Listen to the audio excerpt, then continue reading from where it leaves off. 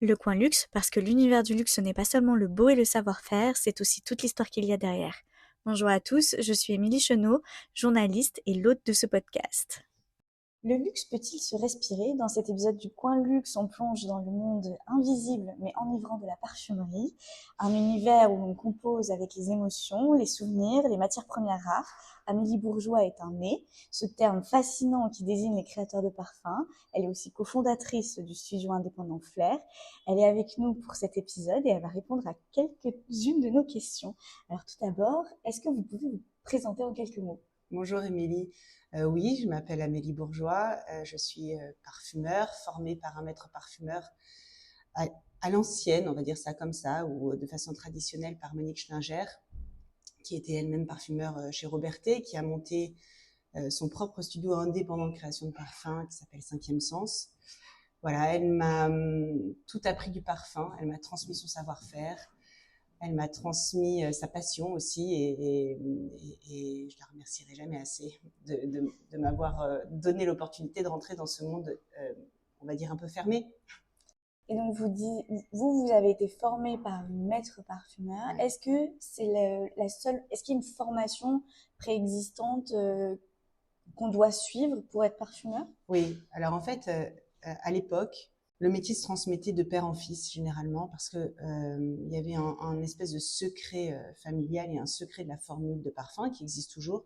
Mais comme on peut pas déposer des formules de parfum, on gardait les formules en interne, cachées, en tout cas dans le secret, dans le respect familial. C'est un métier qui se transmettait de père en fils ou de père de grand-père à petit-fils, un peu comme Guerlain, hein, par exemple, c'était tout à fait ça. C'était ces générations qui perpétuaient la tradition. Et en fait, dans les années 70, alors avant ça, c'est faux, avant ça, il y a Jean-Carl chez Roure, qui était une société de composition de parfums, qui avait commencé à créer une méthode d'apprentissage du métier de parfumeur. Et lui, il a ouvert une petite école interne chez Givaudan, enfin chez Roure, parce que Roure est devenu Givaudan. Il a ouvert une petite école interne et il a commencé à former des parfumeurs hors cadre familial. Monique Schlinger, mon maître parfumeur, a fait ça. Elle est rentrée dans cette école chez Roure et c'est Jean-Carl qui lui a transmis ce métier de parfumeur. Et puis elle a voulu faire un peu la même chose en montant Cinquième Sens dans les années 78. Mais avant ça, elle a été prof à l'ISIPCA, qui était l'ISIP à l'époque et qui est l'ISIPCA aujourd'hui, qui est l'école comment vous dire, la plus connue, je pense, qui forme les futurs parfumeurs, les futurs aromaticiens. Et puis, il y a une nouvelle école qui est plus récente, qui a quelque chose comme moins de 10 ans, qui s'appelle l'ESP, École supérieure du parfum, qui est à Paris et qui est une super école qui forme aussi au métier de parfumeur. Donc aujourd'hui, il y a deux écoles qui forment les parfumeurs et, il y a toujours cette méthode de transmission de maître parfumeur à élève. Et du coup, en plus de cette méthode de transmission, en plus de ces compétences, est-ce qu'il y a des atouts qu'on ne peut pas apprendre sur le terrain qui sont nécessaires pour être parfumeur? Alors, oui. Nous, avec Anne-Sophie, parce que je vais parler à deux, Anne-Sophie, mon associée qui a créé Flair avec moi, on a fait la même école, entre guillemets, c'est-à-dire qu'on a été, nous deux, formés par Monique Schlinger en même temps. Et évidemment qu'elle nous a appris les gammes, elle nous a appris à sentir, à étudier les matières premières, on étudiait les matières premières ensemble, on faisait les accords, mais ça, dans toutes les écoles, vous apprenez ça, quoi. C'est le b.a.-ba du métier. Mais ce qu'elle avait de plus, Monique, c'est que déjà, elle avait cette passion euh, qui transpirait chez elle. Et elle nous parlait toujours d'humilité dans un monde qui est un peu des fois surfait. Ok, oui. Et le surfait n'est peut-être pas le bon terme. Mais ce monde du luxe, ce monde fermé, Ouais. comme c'est un univers qui est très fermé, Ouais. il y a quelque chose de l'ordre d'une supériorité, voyez. Et nous, Monique, elle nous a toujours transmis et éduqué en simplicité et surtout avoir le respect et l'humilité, garder la tête froide et continuer à être juste passionné. Et comment vous êtes tombée dans les parfums finalement? Alors moi, je suis tombée par hasard dans les parfums, complètement par hasard. J'ai fait un sport études équitation. J'ai loupé X fois mon bac, je ne dirai pas combien de fois. Puis je me suis orientée vers une branche qui ne me plaisait pas du tout, un peu par dépit, parce que je ne savais pas du tout ce que je voulais faire. Et puis j'ai bifurqué sur des études de cosmétologie. Et en cosmétologie, on nous disait, vous rajoutez 0,2% de parfum dans une crème. Et moi, je trouvais que ces 0,2% de parfum étaient juste extraordinaires, sauf qu'on n'approfondissait pas cet univers-là. Et quand j'ai fait mon stage, j'ai voulu le faire dans une société de création de parfums. Et j'ai contacté Monique Schinger et elle m'a gardée après mon stage. Voilà, mais c'est vraiment par hasard, quoi. C'est la curiosité qui m'a poussée à ce métier. D'accord, oui. Comme quoi la curiosité et la passion peuvent faire beaucoup de choses. Ouais, ouais, ouais. Et justement, comment ça se passe la création d'un parfum? Alors, Sans nous donner vos secrets évidemment. non, non, non. Ça se passe que nous, on est des interprètes. Évidemment, avec un savoir-faire très particulier et très spécial. Donc, on sait retranscrire une idée, un désir, une photo, un texte, on sait le retranscrire en odeur. Voilà. Alors évidemment, avec notre patte, il y en a les écrivains le font avec leurs plumes. Nous, on le fait avec notre nez et notre signature qu'on a et notre personnalité. Mais en gros, on retranscrit en odeur une envie parfumée. D'accord, Voilà. parce que là, chez Flair Studio, du coup, vous recevez un brief de la part d'une marque, d'une maison, et ensuite vous devez le retranscrire. Est-ce que des fois, quand vous voyez un brief, vous vous dites ça va pas être possible ou ça va être difficile? Oui, ça peut arriver. Et du coup, dans ce genre de cas, il arrive que le brief soit, enfin, ce que vous rendez à la fin soit un peu différent, mais j'imagine que le client, le demandeur, il est toujours satisfait. Oui, bah oui, sinon il valide pas. Oui. En effet. Mais oui, il y a des briefs qui sont plus ou moins inspirants. Et puis après, on a aussi des moments où nous aussi, on est plus ou moins inspirés, quoi. Ouais. On a comme tous les artistes des passes de grande créativité et puis des passes un peu plus cool, enfin moins inspirantes en tout cas. Ces passes-là, elles sont pas très rigolotes, mais à nous, ça permet aussi de réfléchir peut-être à des nouvelles pistes créatives, à des nouveaux accords, à réfléchir sur l'avenir de la parfumerie, à voir ce qui pourrait marcher, aux tendances, à innover. Enfin, donc ces passes de creux, elles sont des fois très très formatrices et ça permet aussi de rebondir encore mieux. Mais c'est vrai que il y a des briefs qui peuvent nous inspirer, oui. Il y en a qui sont un peu plus, comment dire, un peu plus classiques, c'est-à-dire qu'on nous donne une pyramide olfactive, des matières premières, et puis il faut qu'on travaille autour d'une matière ou autour d'une pyramide. Ça, c'est plus difficile, c'est plus complexe, parce que finalement, ça paraît concret, mais ça l'est pas du tout. Parce que c'est peut-être un peu trop fermé. Ouais. C'est comme vous le dites, vous êtes des artistes et un artiste, il a besoin quand même de sa liberté d'expression. C'est ça. C'est comme si on vous demandait de faire un plat hyper innovant, mais on vous dit vous le faites avec des pâtes et de la crème fraîche. Ouais. Donc c'est assez compliqué dans cet univers-là, enfin dans cette mesure-là. Mais nous, ce qu'on aime, c'est des briefs insensés, quoi. C'est des briefs hyper originaux, retranscrire l'odeur des humeurs, voilà, bon, j'ai plein d'exemples comme ça, mais de voyages, de moments de vie ou d'une terre très précise, d'un point de terre très précis. Ça, c'est extraordinaire, de créativité. Et donc, comme un artiste, même un chef pâtissier, que ce soit un chef pâtissier, un artiste peintre, un photographe, vous allez chercher l'inspiration un peu partout, que ça soit dans vos voyages, dans votre famille, même dans la cuisine, j'imagine. Et vous arrivez à retransmettre ça via votre nez. En fait, on va... C'est souvent des voyages introspectifs, déjà. On va souvent puiser dans nos souvenirs d'enfance, dans notre mémoire profonde. Ça, je trouve que c'est les parfums les plus beaux et ceux qui sont les plus touchants. Voilà. Après, oui, dans la lecture, on va s'inspirer. Moi, j'adore lire des poèmes et donc je m'inspire beaucoup de poèmes. Dans les voyages aussi, dans l'ouverture des cultures, l'ouverture à la vie, l'ouverture vers l'autre, vers d'autres pays, vers d'autres contrées, ça c'est juste génial. Et en effet, l'alimentation aussi nous inspire énormément, quoi. Le travail des épices, le travail des herbes aromatiques. Il y a plein de sources d'inspiration qui sont génialissimes. Bien intéressant. Et justement, donc on le sait, comme chaque artiste, enfin moi je vois les artistes, je les vois comme des acteurs du luxe à part entière, et notamment la parfumerie.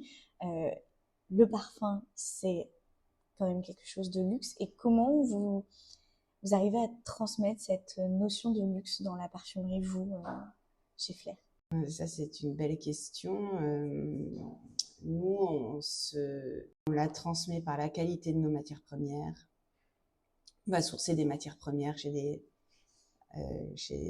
petites sociétés de petits vendeurs de matières premières. Par exemple, on travaille beaucoup avec Stéphane Picard, qui a une société qui s'appelle Behave et qui, lui, pareil que son distillateur de poche, on l'appelle l'Indiana Jones de la matière. Il paraît que son distillateur de poche, et il va en Namibie, au Pérou, il va se fondre dans les tribus hyper reculées d'Amérique du Sud ou même africaines, et il vit avec eux pendant des semaines et des semaines, et il essaye de s'imprégner de leur culture. Il va faire la cueillette aussi avec les chefs des tribus. Et donc là, il découvre de nouvelles matières premières et généralement, il les distille sur place et il nous présente des échantillons. Et quand les échantillons nous plaisent, il valide la matière et il la commercialise. Et ça, c'est génial parce qu'au-delà d'avoir des matières qui sont très nouvelles, on a aussi les histoires qui vont avec. Et le parfum, c'est de l'histoire, quoi. Il faut faire rêver à travers le parfum. Ouais. Donc on reprend vraiment les codes du luxe. Il y a la rareté des matières premières, l'artisanat. Il y a l'artisanat et il y a l'histoire parce que, arrêtez-moi si je me trompe, mais j'ai l'impression qu'un parfum raconte quand même l'histoire. C'est ce que vous disiez tout à l'heure. Ça raconte quand même l'histoire, des souvenirs, des émotions, quelque chose. Donc en fait, on a ces trois piliers qui forment quand même le luxe parce que c'est ce qu'on retrouve dans toutes les grandes maisons de luxe. Et là, justement, c'était ma question. C'était comment retrouver le luxe dans le parfum. Et voilà. La qualité des matières, la rareté des matières, le côté artisanal, évidemment, hein, parce que et puis la source, quoi. Vous voyez, l'agriculteur qui va cultiver ses fleurs. Voilà, c'est tout un mix qui fait que ça donne ce produit rare et beau et luxueux. Et justement, vous avez répondu en partie à ma question, c'est sur l'innovation, sur l'évolution aujourd'hui. Bon, on est en 2025, les choses évoluent grandement pour le luxe et j'ai l'impression que vous, avec les matières premières, vous arrivez à suivre cette évolution. Comment vous pensez que la parfumerie va évoluer dans les 5-10 prochaines années? Est-ce que peut-être que c'est une question piège? Non, c'est pas une question piège. Je vais répondre en toute franchise. Elle a évolué depuis ces 10-15 dernières années, même 20 dernières années. Elle a énormément changé. Avant, la parfumerie de luxe, c'était la parfumerie de marque. Donc, c'était Yves Saint Laurent, Chanel, Gucci. C'était ça, la belle parfumerie. Et d'ailleurs, ça l'est toujours, hein, mais c'était ça, la grande parfumerie. Et puis, En parallèle, il y avait ce qu'on appelait, nous, les marques de niche. Donc, des marques comme Annie Goutal, l'Artisan Parfumeur, Serge Lutens, qui étaient des marques beaucoup plus petites, beaucoup plus intimistes, et qui ne travaillaient pas sur la communication, ni le flacon, ni la forme du flacon, ni la forme du bouchon, mais plus sur le parfum en lui-même. Et cette parfumerie, elle a plu, elle a évolué, cette parfumerie de niche, et aujourd'hui, elle prend du terrain sur la parfumerie qu'on appelle aujourd'hui la parfumerie sélective, la parfumerie de marque. Et il y a comme un bouleversement et une inversion de ces deux marchés. La parfumerie de niche prend des parts de marché sur la parfumerie sélective. Donc ça, je pense que ça va évoluer dans ce sens-là. Que la parfumerie de grande marque ne va plus être une parfumerie va être plus une parfumerie de masse, et que la parfumerie de niche va prendre le dessus sur la parfumerie de masse. Oui, justement, vous faites la transition parfaite parce que j'allais vous parler de la montée de la parfumerie de niche, pardon. Aujourd'hui, on le voit de plus en plus, les consommateurs de luxe cherchent de plus en plus ça. Est-ce que pour vous, est-ce que vous avez le sentiment que les consommateurs cherchent quelque chose de plus en plus personnel et de plus en plus rare aussi? Oui. Oui, les consommateurs cherchent des choses beaucoup plus différentes. En fait, cherchent à avoir une identité beaucoup plus forte au travers de produits plus signés, plus marqués. Voilà. Et la parfumerie de niche répond à ça. La parfumerie de niche répond à cette demande de la population d'avoir des pièces, comme des pièces de vestiaire, exactement la même chose, signées, plus personnelles, plus personnalisées, plus différenciantes dans un monde où on est moins différencié, quoi. Exactement, oui, c'est justement ce qu'on voit même aujourd'hui avec la personnalisation des sacs à main, Voilà, c'est ça. personnalisation des voitures automobiles aussi. Ouais. On a toute cette personnalisation qui est mise en place. Je pense notamment à Minou qui s'est fait remarquer au niveau de la maroquinerie avec les charms sur les sacs. Donc comme quoi on est vraiment dans la personnalisation. Ouais.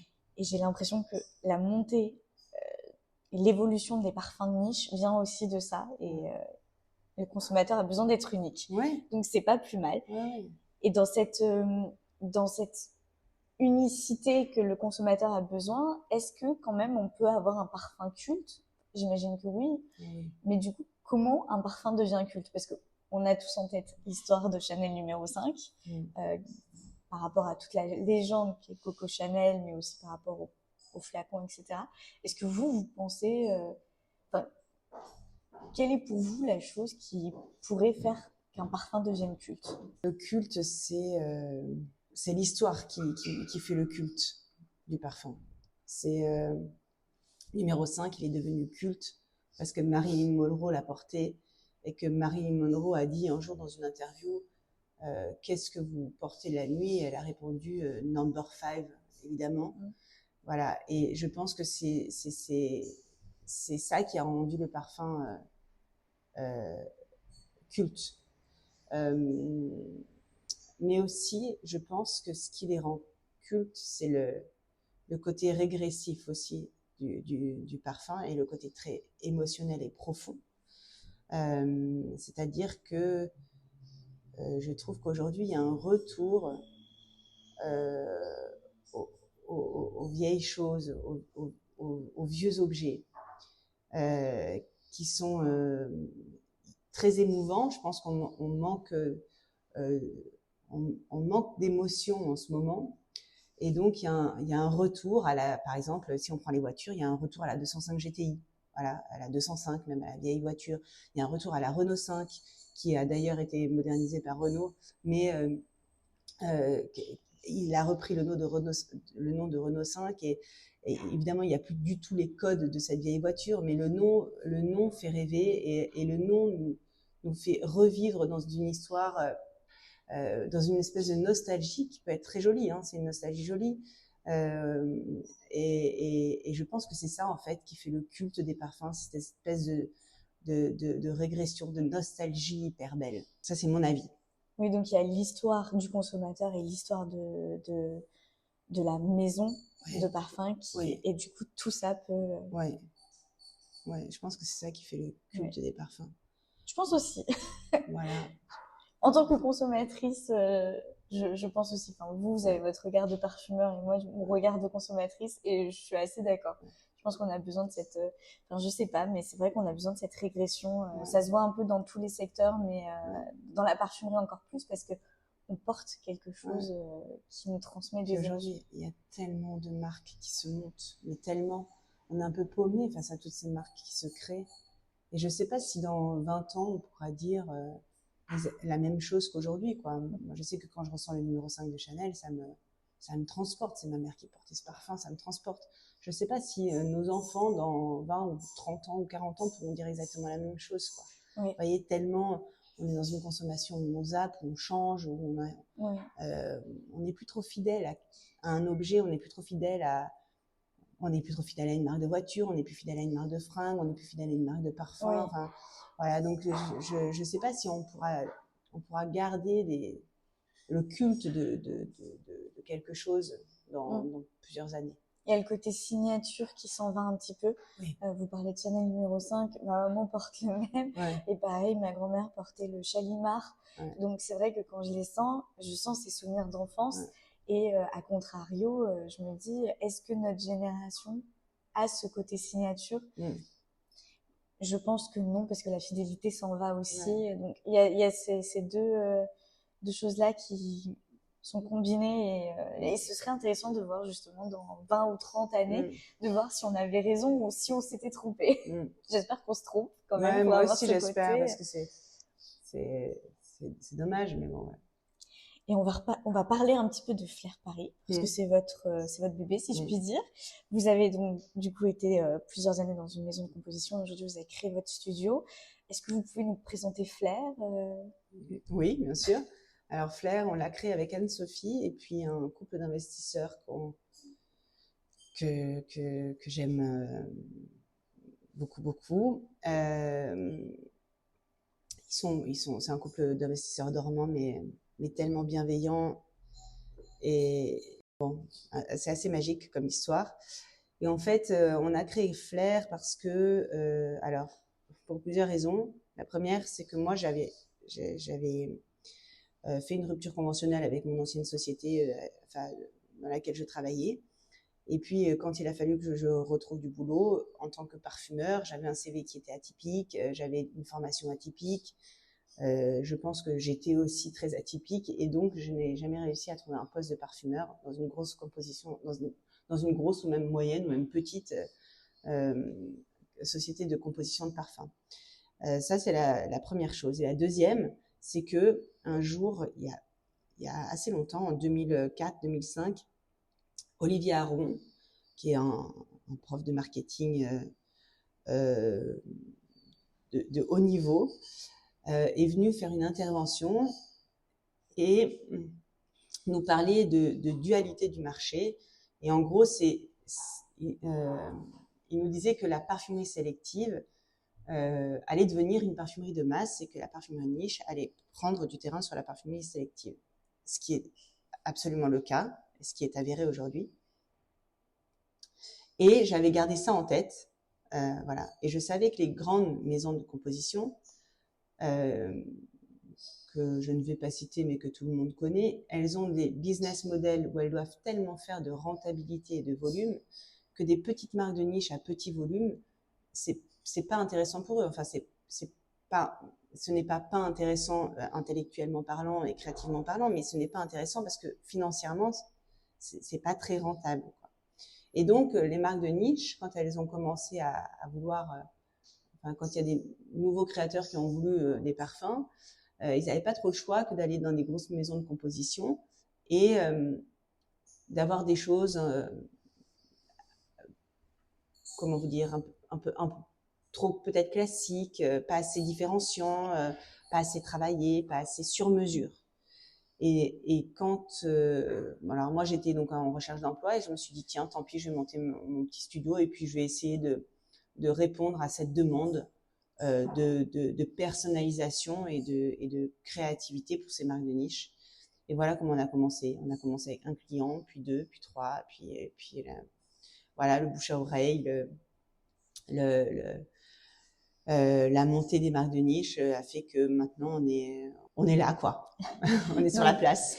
Votre vision au début, c'était vraiment la créativité au centre de la création de parfums. Ouais. Nous, on voulait révolutionner la parfumerie. On voulait faire que des parfums c'est ce qui vous hyper nouveaux. Ouais. Et c'est ce qui vous distingue du coup dans la parfumerie aujourd'hui? C'est ce pourquoi on vient nous chercher, oui. Ouais, c'est pour notre créativité, pour notre sympathie aussi, pour nos pattes, nos signatures très identitaires. Voilà, et pour notre écoute aussi, parce que c'est important d'avoir de l'écoute, d'accompagner le directeur artistique des marques jusqu'au bout et de pas le laisser en plan à la dernière minute ou en milieu de chemin parce qu'il a des demandes ou des envies très particulières. Voilà, nous on accompagne jusqu'au bout, on écoute jusqu'au bout, on est dans la même barque et si un produit marche, nous aussi on marche, donc voilà. Et il me semble, vous m'arrêtez si je me trompe, que vous avez signé plus de 160 parfums avec Flair. Ah, peut-être, oui, je sais pas. J'en ai aucune idée, oui. Et vous arrivez quand même à vous surprendre et bon, le client, oui, il est toujours surpris, j'imagine, mais à vous-même vous surprendre dans la création? Oui, ça m'arrive. Oui, ça m'arrive. Et c'est ça qui est sympa d'ailleurs. Oui, c'est pour ça que vous continuez. Oui. Oui. Et alors, dernière question. Qu'est-ce qu'est le luxe pour vous? Belle question. Le luxe, c'est la personnalisation, la qualité des matières et la beauté des matières. Parfait. Voilà. Merci beaucoup Amélie Bourgeois. Vous êtes sur les réseaux sociaux via Flair Paris et sur votre site internet. Et ceux qui ont envie de créer un parfum, qui n'hésitent pas à vous contacter sur le site internet et tout sera en description du podcast. Ok, merci Émilie. Merci beaucoup.